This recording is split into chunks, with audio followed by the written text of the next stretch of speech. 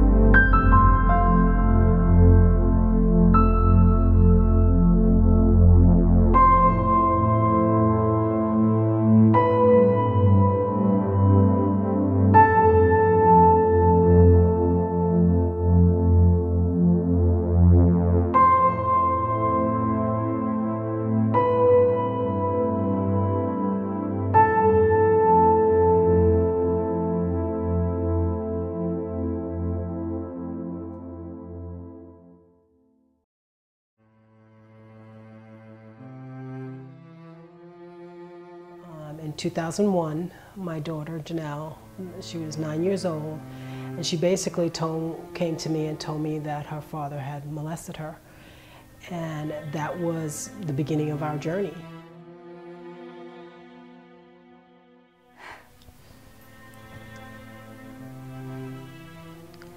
I was 9 years old, and I was just watching TV with my dad, and I was sitting on his lap, and he started to touch me, and I just remember feeling like I was on fire. I remember feeling like my heart was racing, and I was scared. And I was scared, and I felt like I was melting. He started to touch me, and I started to panic. I got restless, and I remember him telling me to calm down and to relax. And I remember thinking, if I don't do what he's telling me right now, if I don't calm down, if I don't relax, he's gonna know I'm upset. I don't want him to know I'm upset. I don't want him to be upset. And so I try my best to calm down and relax, and it's just not working. He takes my hand and he starts to have me touch him, and that's when I just can't take it anymore. I just can't. I can't even feel my body anymore. And so I tell him, Daddy, I just need to go to the bathroom. I'll be right back. I'll be right back. And I get up and I walk a few steps down the hallway and I get in the bathroom and I lock the door. And I had never in my life locked a door. I had never needed to lock a door. And so I'm in this bathroom with the door locked and I still don't feel safe. I'm still panicking. I'm not calm. I'm not relaxed. I'm scared and it still feels like I'm melting. I splash my face with water. I look in the mirror, like, am I even really here? Is this really happening? What is happening? This doesn't feel right.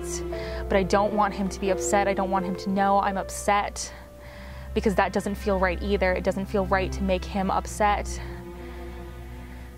And then I start to think, how long have I been in here? Have I been in here days? Have I been in here an hour? I hear my dad's voice, Janelle, what are you doing? Come back.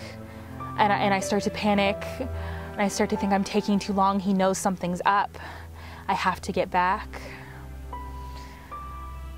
I have to go back.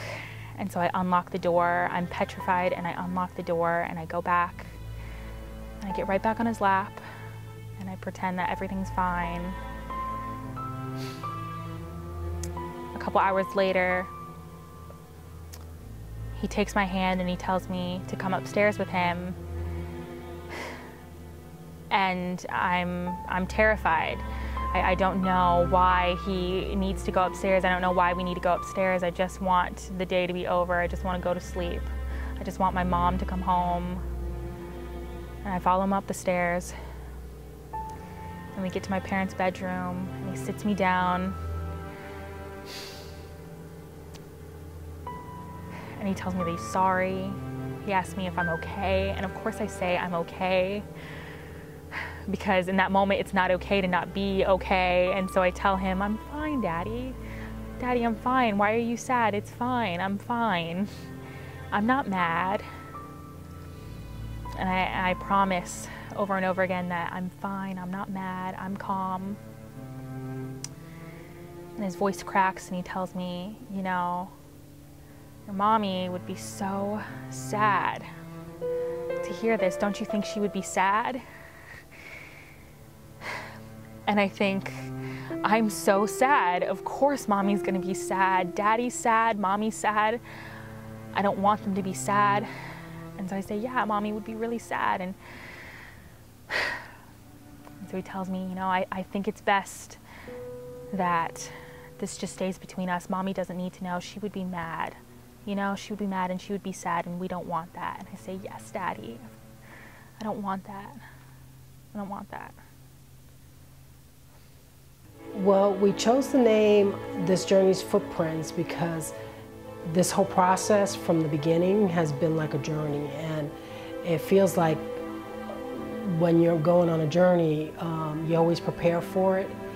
Well, I didn't feel very prepared for it, but when I look back after we were already on this journey, I would say probably about 5 years after it happened, I started really thinking about it, and really I was a little bit angry with God, and you know, and I remember him just bringing to mind some of the times even before everything happened that he did prepare us. He had the relationship me and my daughter had was very close, and at that time we had just started doing these little these notebooks, I remember, and we used to write notes to each other, her and my son. And it was like if you really couldn't say something or whatever. And so I was just finding ways to communicate with them, and I didn't even know why at that time. I just felt it was really important that they would feel that no matter what, they could come to me. And that's what I had hoped. And even that day when she told me, I remember her telling me, I want to talk to you later. And I just said, no, let's talk now. As a matter of fact, right before that, I was at work, and at the time, I was just doing a part-time job because I was homeschooling to get some money to buy homeschool books and that. And I was working at the commissary as one of those people that give out the little samples.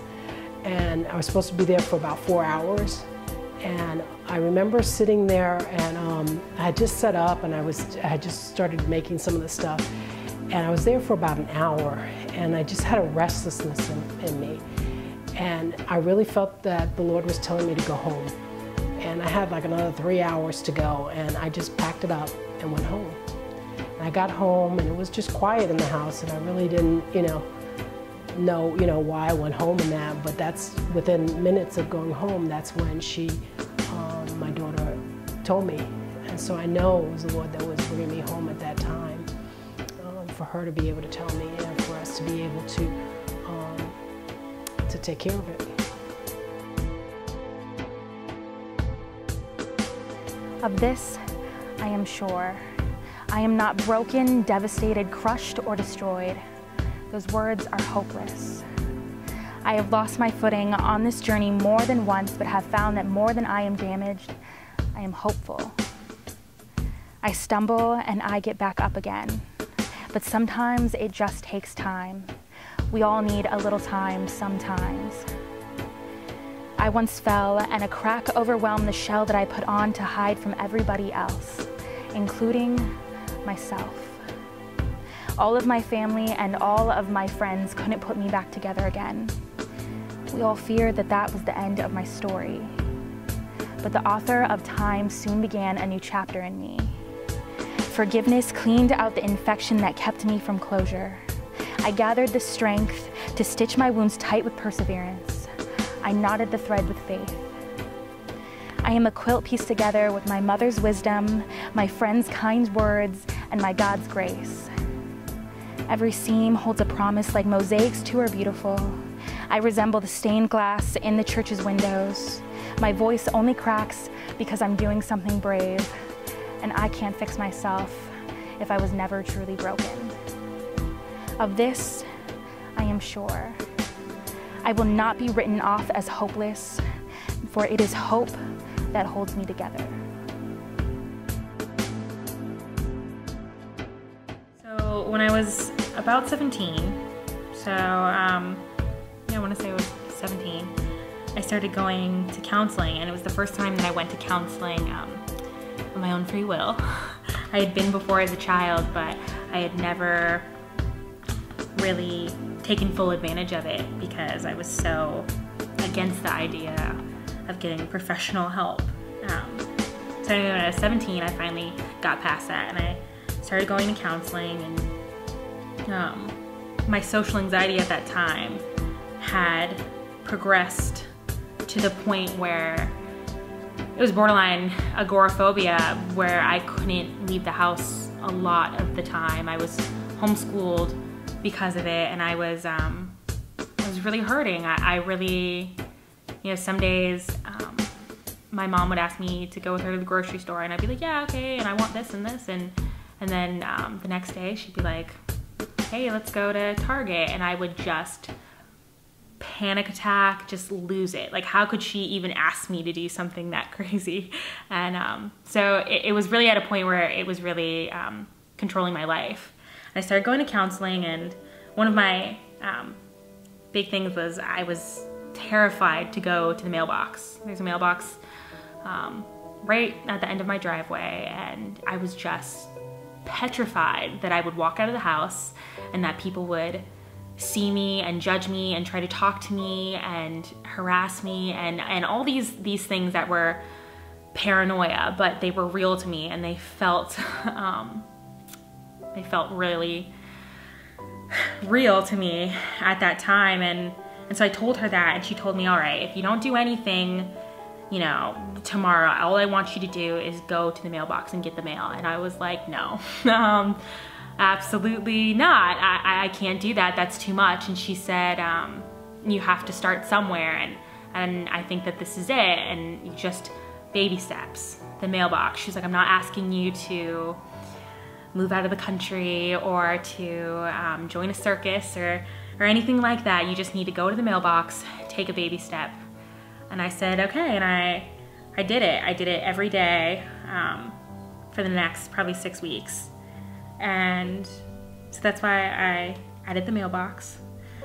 And the Bible verse written on it is 1 Peter 5:7. And soon after this time in my life where I was able to go get the mail, I started going to college, and I started going back to church. And when I started going back to church, I started going to this youth group, and at this youth group, I met somebody really important to me, and that was the youth pastor and his wife. And there was a Sunday when I was really struggling with my anxiety. I'm standing there in church, and all I can think about is everybody else.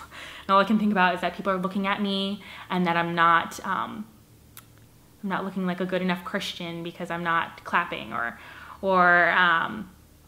am I dressed appropriately? Is my posture bad? All these people are looking at me, and I don't even feel like talking to God today because I'm just too sad, and all these things are going through my mind, and I'm not really paying attention. And then my youth pastor comes up to me, and he tells me that God really put a verse on his heart for me, and it was 1 Peter 5:7, and so I tell him thank you, and I'm also, honestly, I was embarrassed. I was like, oh my gosh, like God totally tattled on me, and you know, my youth pastor totally knows that I'm losing it right now, and I thought I was really calm, cool, and collected, and so I go over a friend's house after church, and she lets me borrow one of the Bibles at her house, and I open it up, and that version of the Bible had the verse worded just right for me personally. It said, cast all your anxiety on him because he cares for you. And I remember it hitting me like a train. I was just blown away by this, and obviously, you know, all my life I had been told that in different ways, and I had known that, but reading it in the Bible like that, and it was that moment where I felt it. It was something I had heard and known all my life, and things like that. Growing up in the church, you know, I knew that if you're stressed about something, give it to God, and you know, it'll all be okay.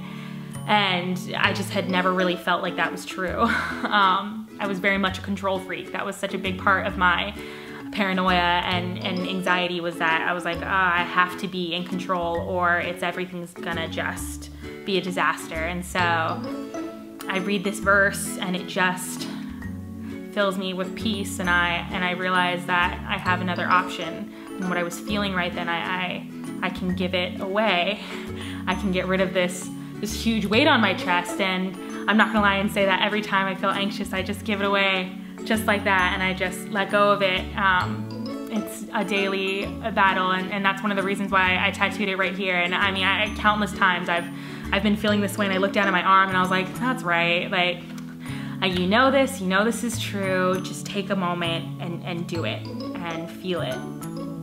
And so, yeah, that was the story behind it. And I added a lotus flower because I was told by a very close friend of mine that lotus flowers grow in the darkest, muddiest, saddest looking places, and they grow into this beautiful flower, and it's pure, and it's a sign of hope and strength in the midst of adversity. And I was like, I really need more of that. I really need to see that in myself, because all these people are telling me that, you know, look how far you've come, and I'm standing here and I'm still struggling with my anxiety, and sometimes I just need to remember, like, you used to not be able to go to the mailbox. And so I see this lotus flower, and I see this mailbox, and I see this verse, and it all comes together to show me that God has always been there, and that when I give it to him, things all come together.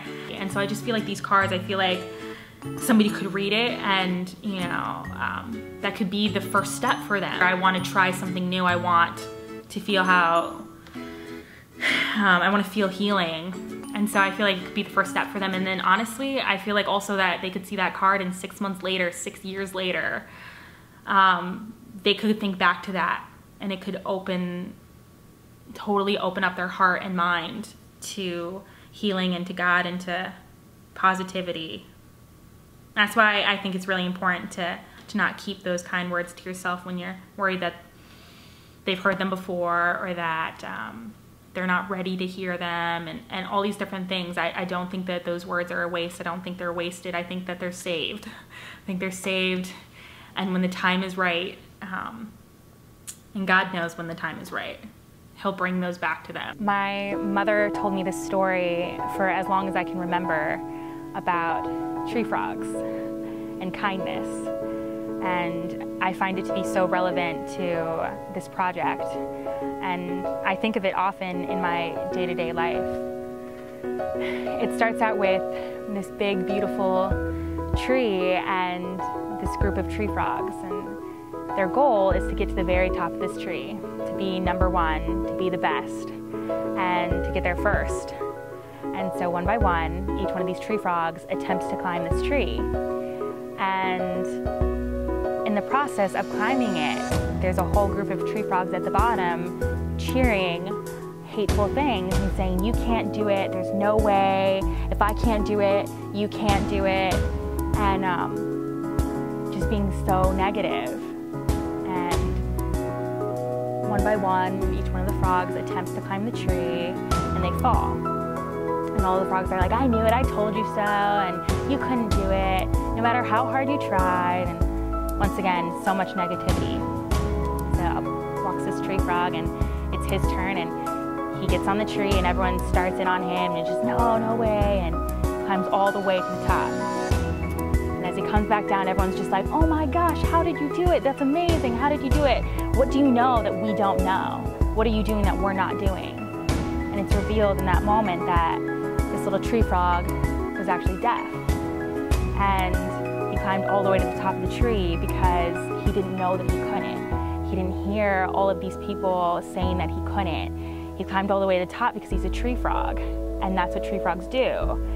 And he didn't know that there was all of these other tree frogs telling him he couldn't do it. He didn't pay attention to all the other tree frogs failing, and he didn't pay attention to the negativity, and he couldn't hear the negativity. And I just think of this so often, and it's just a testament to how powerful words are. It's proven to me on a daily basis how powerful positive words are, from my mother, from my friends, from the people that I surround myself with. And whenever I open the mailbox and I get one of these cards, I am still to this day encouraged over these words from so many kind people just wanting to encourage survivors of childhood sexual abuse.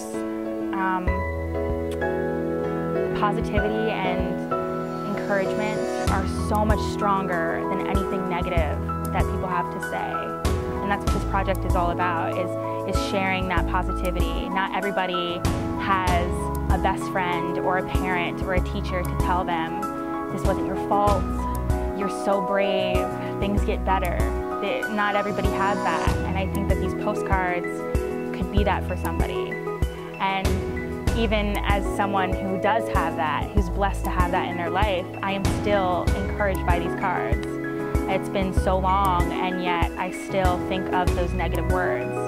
But I see these cards, and I hear my family, and I have a relationship with God, and I know, and it's proven to me every day, that all of that positivity and love is so much more important and is so much more loud than any of those negative things. My name is Janelle, and this is my journey's footprints.